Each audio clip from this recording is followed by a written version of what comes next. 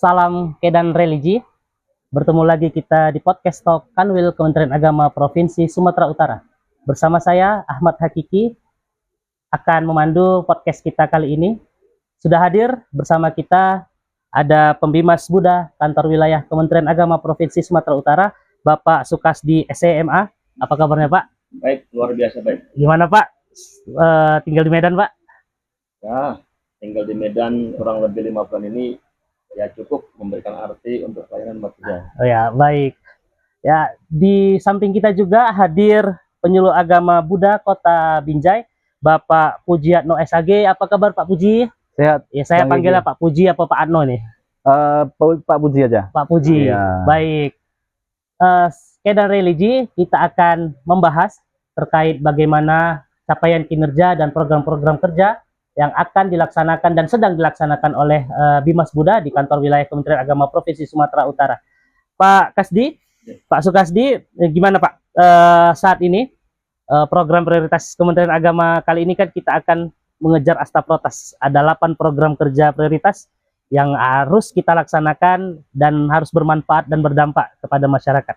Saat ini apa yang sudah dan sedang dilakukan oleh Pembimas Buddha Kantor Wilayah Kementerian Agama Provinsi Sumatera Utara untuk layanan keagamaan di Sumatera Utara, Pak? Baik, terima kasih Mas Eki. Sebelumnya kita salam dalam dhamma, namo buddhaya. Namo Buddhaya. Umat Buddha yang saya cintai, bahwa Kementerian Agama tahun 2025 punya program prioritas berdampak, yaitu namanya Asta Protas. Asta Protas ini untuk menunjang asa cita dari Bapak Presiden Prabowo Subianto dan Bapak Wakil Presiden Gibran Rakabuming. Tadi sudah disebut Mas Diki, kita punya 8 prioritas. 8 yang mungkin nanti di Buddha hanya 6. Oke, dan 6 Pak ya. Terkait haji dan pondok pesantren kita tidak ikut dalam melaksanakan tujuan itu. Yang pertama terkait dengan kerukunan dan cinta kemanusiaan. Pertama, kita sudah ada aktivitas beberapa kali dengan para umat, para lembaga pendidikan terkait dengan peningkatan kerukunan umat beragama. Nah itu kemudian kemarin kami Bimas Buddha sudah menyempurnakan kurikulum berbasis cinta yang diselenggarakan oleh pusat yang nanti akan diimplementasikan ke beberapa sekolah keagamaan juga. Kemudian penguatan regulasi, kita ada Juknis 144 tahun 2024 terkait dengan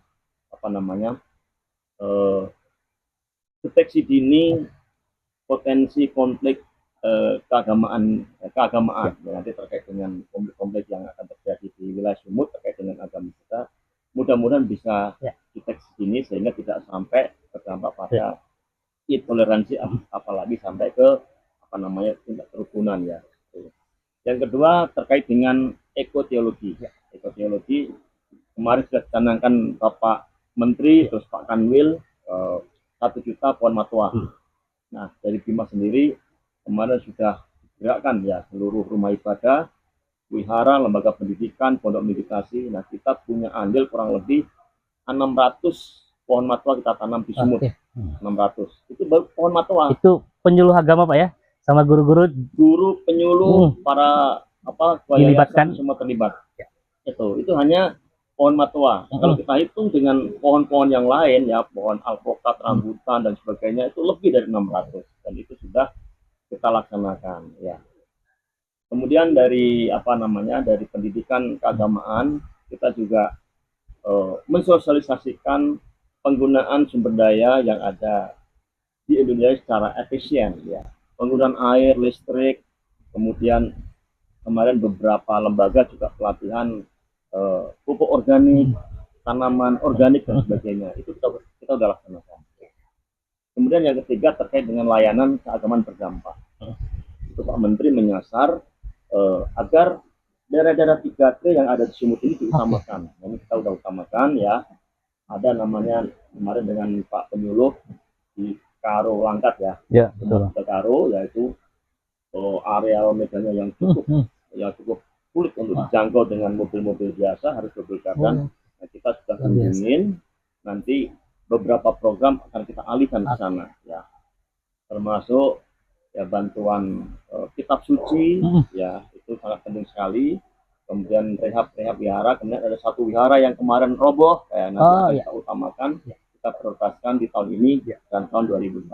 Oke. Gimana Pak respon masyarakat Pak terkait program-program yang sudah dilakukan oleh Sangat Bimas Buddha? sangat antusias sekali. Bahkan beberapa lembaga keagamaan kemarin ada program bedah rumah Mas ya. Iya, betul. Bedah rumah. Bedah rumah, Pak, ya? Kemarin saya menyaksikan sendiri. Ada satu keluarga manula yang memang tidak bisa beraktivitas untuk nyari nafkah. Mereka di bedah rumahnya dari yang bocor, dari yang temboknya roboh sampai sekarang layak huni. Itu luar biasa sekali ya. Kemudian asta prioritas selanjutnya layanan pendidikan yang ramah, unggul dan berdaya saing. Ya. Kita punya lembaga pendidikan 3 agama yang formal di Sumut ini ya, Tongren, Magadama, Dhamma Pondok Labu, Pantai Labu. Dengan apa namanya, dengan hadirnya 3 lembaga pendidikan keagamaan formal ini, ya diharapkan nanti umat Sumatera Utara minimal bisa apa namanya masuk di pendidikan keagamaan kita formal. Nah di samping itu juga kita punya beberapa lembaga pendidikan non formal sekolah minggu yang jumlahnya sangat banyak sekali, hampir 600 Pak ya. Nah itu semualah apa namanya dikemas dalam satu apa namanya metode pembelajaran untuk menciptakan anak-anak yang ramah, unggul, cerdas dan punya berdaya saing. Kemudian ada namanya pemberdayaan ekonomi umat. Nah ini yang sedang kita galakkan. Kemarin Pak Dirjen juga ada di Medan. Bagaimana memadukan ekonomi kreatif, pariwisata dengan pemberdayaan umat setempat. Nah ini kita akan kita kembangkan bekerja sama dengan Kementerian Pariwisata dan lembaga-lembaga pengembang ekonomi kreatif. Kita akan padukan di situ. Nah yang terakhir yang Bimas Buddha bisa intervensi terkait dengan asta prioritas adalah digitalisasi tata kelola. Ini menarik. Gimana itu Pak menariknya Pak? Dengan pendataan rumah ibadah, kita punya SIORI. Oke, apa itu Pak SIORI? Informasi rumah ibadah. Ya.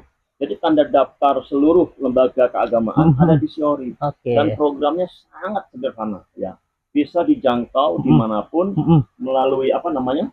Gadget, HP dan sebagainya bisa dimanapun. Dan masyarakat bisa mengakses Pak? Sangat gampang sekali bisa diakses. Kemudian tidak perlu tatap muka. Ya.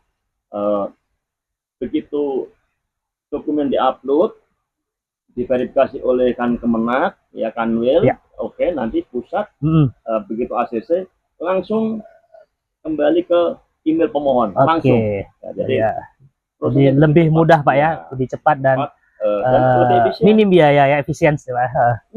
Malah 0 rupiah Pak ya.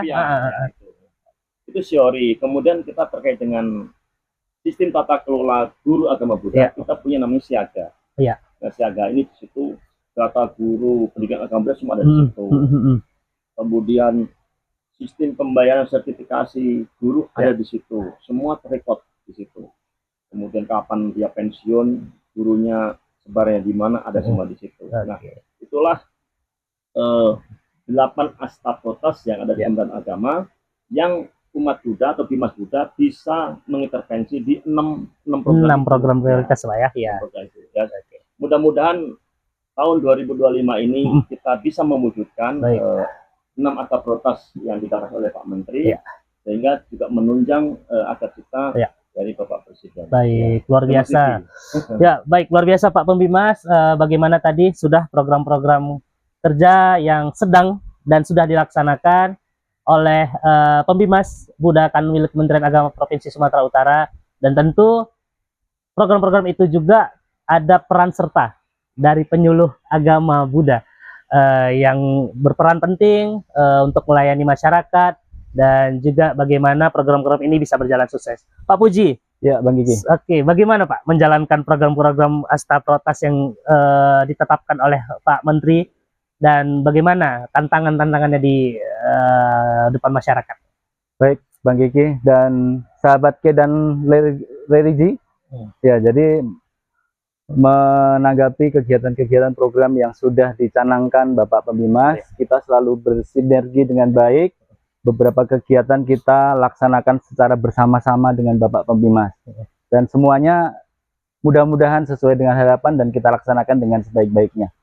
memang sebagai penyuluh ini kita dituntut untuk serba bisa melayani, terjun ke masyarakat, ya, dan setiap waktu kita selalu mengadakan pendampingan dan sesuai dengan arahan dari Bapak Pembimas. Oke. Apa yang sudah dilakukan Pak yang untuk mencapai program-program tadi? Misalnya kayak ekoteologi, Iya. tadi yang seperti Pak Pembimas sampaikan sudah Betul. melakukan penanaman pohon matoa, Ya, kemudian juga ada bantuan-bantuan lainnya seperti tadi ada rumah ibadah Pak yang roboh ya, kemudian diperbaikin lagi dan sebagainya. Untuk Pak Puji nih, sudah apa saja yang dilakukan Pak? mulai dari penanaman pohon ini bukan hanya di wihara saja kita tanam, termasuk pengarangan saya sendiri. Itu saya tanam kurang lebih ada 9 pohon, Pak. Jadi sampai penuh itu halaman saya itu di jalan masuk gegang itu.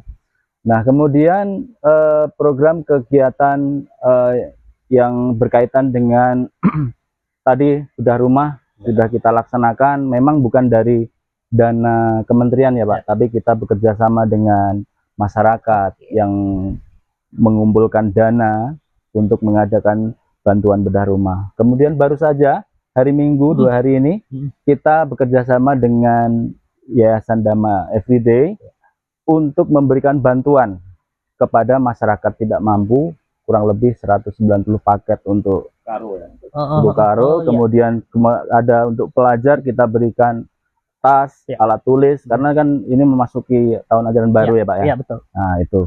Kemudian tidak hanya menyentuh untuk umat Buddha saja Pak. Di kota Binjai, Medan dan sekitarnya, bahkan di kota-kota lain, hampir setiap wihara itu mengadakan bakti sosial kepada masyarakat secara umum. Itu sebulan bisa ada yang 2 kali, minimal 1 kali. Minimal 1 kali. Berbagi beras, sembako kepada mereka yang kurang mampu, tidak hanya kepada masyarakat Buddha, tapi juga kepada masyarakat non Buddhis di luar agama Buddha. Gitu Bang Diki. Oke Pak Puji, makasih. Nah, program prioritas Kemenak berdampak nih Pak. Salah satunya kemarin Pak Dirjen Bimas Buddha melalui berita dari Dirjen Bimas Buddha mengatakan bahwa salah satu program yang akan disukseskan adalah program Hita Sukaya. Nah, Pak Dirjen mengatakan program ini harus benar-benar akan disentuh oleh masyarakat, dan mudah-mudahan dengan program tersebut maka tujuan kita untuk Indonesia Emas 2045 itu bisa terwujud. Pak Puji sebagai penyuluh agama Buddha, sebenarnya Pak, bagaimana makna Hita Sukaya dalam ajaran Buddha Pak? Hita Sukaya merujuk pada kitab suci Pitaka ini berasal dari 2 unsur kata Bang. Jadi dari hita yang berarti hati yang sejahtera dan bahagia yang munculnya dari dalam akibat dari cinta kasih dan welas asih. Dan sukaya berasal dari kata suka, artinya bahagia, dan kaya itu badan jasmani, luar. Jadi secara harafiah Hita Sukaya itu bermakna keluarga yang bahagia secara lahir dan batin yang dimunculkan dari kebijaksanaan dan cinta kasih. Gitu Bang. Seperti apa sudah Pak penerapannya Pak bagi khususnya pada umat Buddha di Sumatera Utara? Ya, di Sumatera Utara berkaitan dengan program kegiatan Hita Sukaya ini bersama dengan Bapak Pembimas kita sering melakukan penyuluhan dan pendampingan kepada keluarga. Memang dari sisi jumlah penyuluh kita sangat terbatas, tapi kita selalu dioptimalkan bahwa penyuluh harus bisa memberikan penyuluhan kepada masyarakat agar terwujud keluarga Hita Sukaya. Di samping juga kita sebagai penyuluh juga bisa memberikan pelayanan pernikahan, pra pernikahan, bahkan memediasi jika terjadi dalam sebuah keluarga itu ada perselisihan, kan wajar ya, Bang Kiki, dalam sebuah keluarga terjadi percecokan. Nah, penyuluh kita memberikan pendampingan untuk menyelesaikan masalah, bagaimana menerapkan keluarga Hita Sukaya itu dalam kehidupan sehari-hari. Nah, penyuluh juga kita mengadakan pernikahan massal. Ini bagi masyarakat-masyarakat yang dulu menikah tetapi secara adat. Karena jumlah penyuluh di Sumatera Utara ini kan terbatas Bang. Cuman ada 3 di tahun sebelumnya itu. Hanya Siantar, Deli Serdang, dan Kota Binjai. Baru tahun ini tambah 3.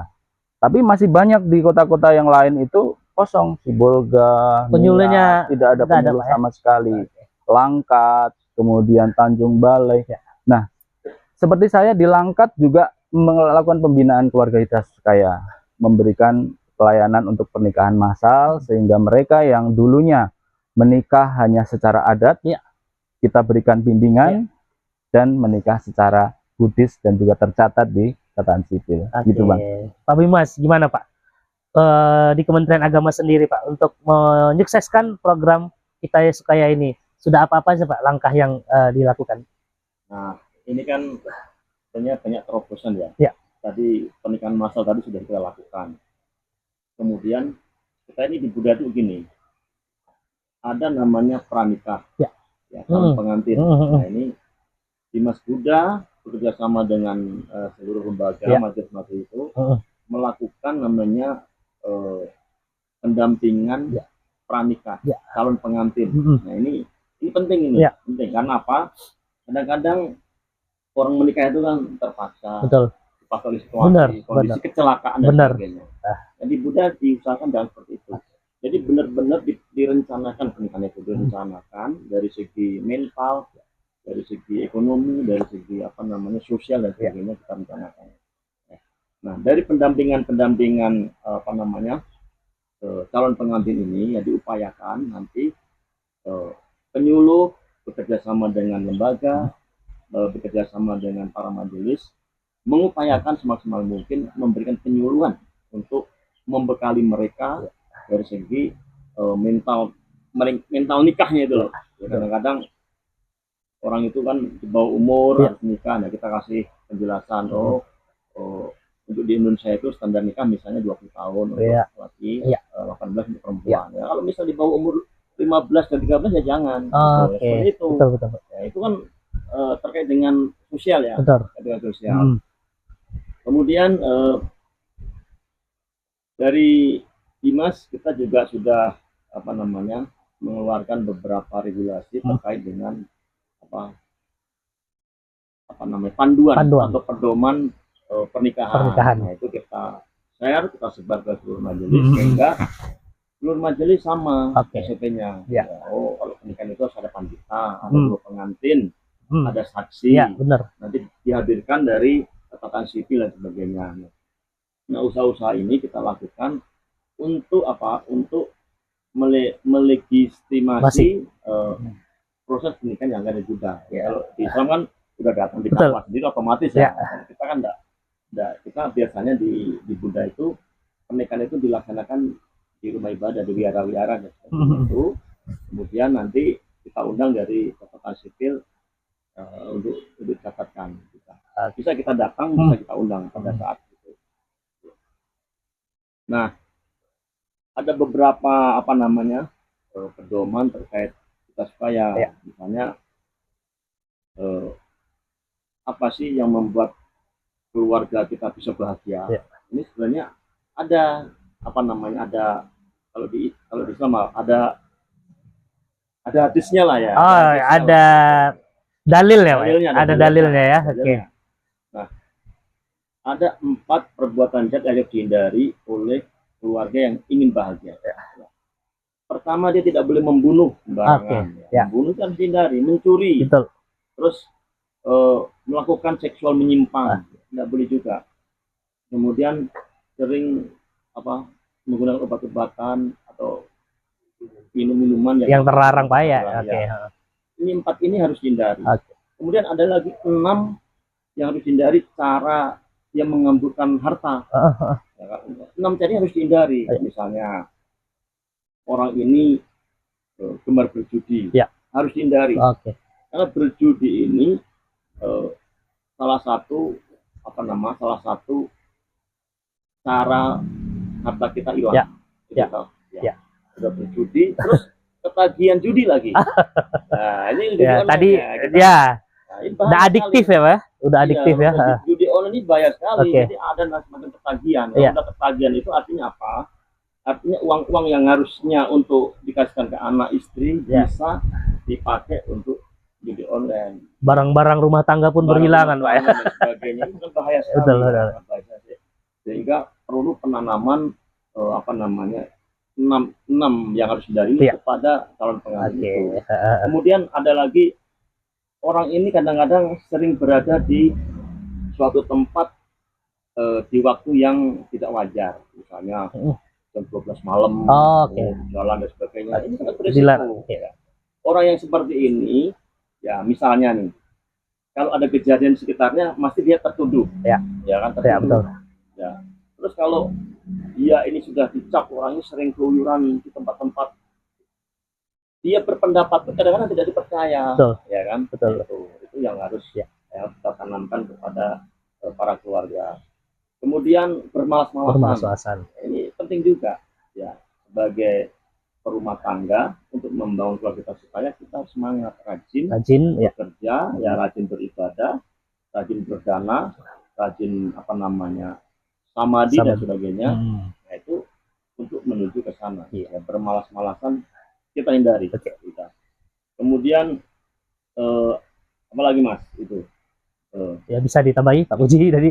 Ada 4, minuman keras, ketagihan, kemudian tadi judi, menghindari obat-obatan, dan sebagainya. Nah, dari 6 inilah nanti mereka bisa terhindar dari penghamburan uang yang tidak pas. Ya.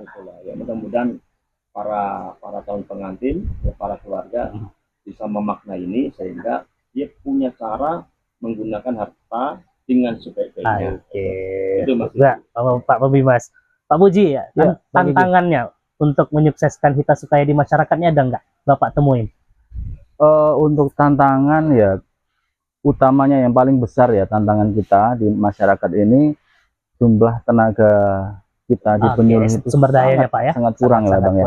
Minim ya. Ya, sehingga kita sebagai penyuluh ini belum bisa memberikan pelayanan hingga menyeluruh. Ya, seperti kita bilang tadi, seperti kita sebagai penyuluh ini dioptimalkan oleh Pak Pembimas untuk serba bisa. Pelayanan di lapas iya, pelayanan di sekolah yang tidak ada gurunya juga iya. Yang kematian juga iya. Yang repotnya itu kalau ada yang mau menikah, ada juga yang meninggal dalam waktu yang sama. Menikah jamnya ini udah ditentukan katanya. Orang tua sudah kumpul. Di samping lain ada yang meninggal. Nah, jadi oke, kita pernikahannya kita buat dengan agak dipercepat lah istilahnya. Kita ceramahnya pendek, langsung kita ke pernikahan. Nah, kemudian kalau yang kota yang tidak ada penyuluhnya, ini yang tantangan terberatnya. Ya, kadang memang saya kalau masih di wilayah Kota Medan, sebelumnya yang tidak ada penyuluh, saya masih dari Binjai ke Medan Pak ya. Masih masuk akal ya Bang ya. Iya. Tapi kalau sampai ke Nias, udah sulit Pak ya. Nyerah, nggak bisa. Ya, gitulah tantangan terberatnya. Baik. Kita masuk ke segmen terakhir nih Pak. Pak Puji dulu. Apa yang mau disampaikan Pak untuk terakhir kepada masyarakat, kepada pemerintah, dan kemudian apa-apa saja tadi yang seperti Bapak sampaikan, tantangan-tantangan itu, harapannya apa Pak agar bisa direkomendasikan? Ya, jadi harapan ini pokoknya Pak Pembimas lah. Nanti kita tanya juga sama Pak Pembimas. Harapannya Pak Puji nanti kita tanya ke Pak Pembimas. Baik Bang Juki. Jadi harapan saya utamanya untuk mewujudkan keluarga Hita Sukaya, kita harus menerapkan praktek ajaran Buddha, di mana dalam kitab suci Tripitaka sudah banyak dicontohkan bagaimana membangun, menerapkan keluarga Hita Sukaya dalam kehidupan sehari-hari. Dalam Dika Nikaya banyak dicontohkan kisah, ada Nakula Pita, Nakula Mata yang hidup hingga menua bersama, dan bahkan dia berjumpa kepada Buddha, ingin kembali bersama dalam kehidupan selanjutnya. Ya, sehingga Buddha memberikan pesan bahwa mereka yang hidup dengan mengembangkan sama sada, setara, banyak memberi, kemudian mengembangkan panya dan melaksanakan sila seperti yang disampaikan oleh Pak Pembimas tadi, pantang membunuh, pantang mencuri, pantang berbuat asusila. Dalam agama Buddha ini asasnya monogami, Kak. Ya, jadi satu pasangan untuk selamanya. Kemudian pantang bicara yang dusta, kasar, dan pantang makan minuman yang melemahkan kesadaran, itu akan membuat keluarga Hita Sukaya ini dapat terwujud. Dan harus yang harus digarisbawahi harus gemar memberi. Utamanya orang berkeluarga menjadi tidak bahagia karena setelah menikah mereka tidak memberi lagi, kurang memberi perhatian, kurang memberi kasih sayang kepada pasangan, tapi menuntut. Padahal dalam ajaran Buddha harus setara, saling memberi, saling menyayangi, hidup setia, gitu, Pak. Terima kasih Pak Puji, Pak Pembimas. Terakhir nih Pak, apa yang mau disampaikan kepada masyarakat, kepada siapa institusi-institusi yang memang bisa bekerja sama dengan Pembimas Buddha, otomatis di Sumatera Utara, dan apa yang mau disampaikan untuk terakhir? Ya, terima kasih Mas segmen Vicky. kita. Jadi kami harapkan nanti semua komponen masyarakat Buddha di Sumatera Utara ya kita berkolaborasi, bersinergi dalam menciptakan semua ya keluarga kita supaya kerukunan antar umat beragama, kemudian mendukung program Astra Protas Bapak Menteri. Keterbatasan sumber daya yang ada di Mimas Buddha ini tidak menjadi halangan. Kita harus bersinergi ya. Nah, sinergi ini bisa dari penyuluh, guru, umat, ketua lembaga dan sebagainya. Nah, tadi belum disampaikan. Guru-guru juga berfungsi sebagai dharma duta, penyuluh. Ya, jadi, Pak. Ini salah satu namanya dharma duta keliling. Dharma duta keliling itu kelompok guru-guru yang peduli terhadap pembinaan umat yang di daerah 3T itu. Nah, mereka berkeliling melakukan pembinaan. Nah, itu namanya dharma duta. Dharma duta, Pak ya. Selanjutnya harapan saya nanti dari pemerintah bisa hadir di setiap segmen yang ada di event Susumut. Ya. Hadirnya pemerintah tidak maksimal ya. Misalnya dari segi bantuan memang tidak selalu mencukupi yang diminta oleh pemerintah. Tetapi bantuan yang besarnya berapa itulah menghadirkan bahwa pemerintah itu hadir di masyarakat. Nah, ini bentuk kontribusi pemerintah untuk pembinaan umat di Sumatera Utara. Nah, sekali lagi, mari kita tingkatkan koordinasi, sinergi seluruh lembaga keagamaan, penyuluh, umat, guru, untuk bersama-sama satu meningkatkan kerukunan intern umat beragama. Intern dulu ya. Intern dulu Pak ya. Yang kedua antar umat beragama. Kita harus bangun ya toleransi beragama, kita tekan intoleransi. Nah, selanjutnya ya mari kita ciptakan masyarakat yang bahagia. Masyarakat yang terkecil itu mulai dari apa?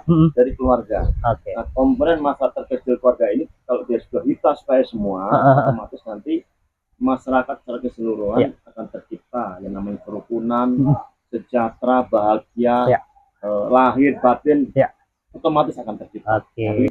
Dan Indonesia Emas 2045 mudah-mudahan dapat terwujud Pak ya. Baik. Terima kasih Pak Pembimas Buddha, Bapak Sukasdi SEMA, Pak Pujiatno SAG, penyuluh agama Buddha di kantor Kementerian Agama Kota Binjai. Terima kasih Bang. Dan religi, terima kasih atas kesempatan ini, dan mudah-mudahan ini bisa menjadi inspirasi dan pembelajaran bagi kita semua dalam rangka mewujudkan Kementerian Agama yang berdampak dan juga Indonesia maju dan menuju Indonesia Emas 2045. Terlebih dahulu kita terima kasih Pak ya sama Vihara Sukjai Sailendra ya Pak ya yang sudah memberikan kita fasilitas untuk podcast kita kali ini, dan Kedan Religi ketemu lagi nanti di podcast selanjutnya. Bye bye.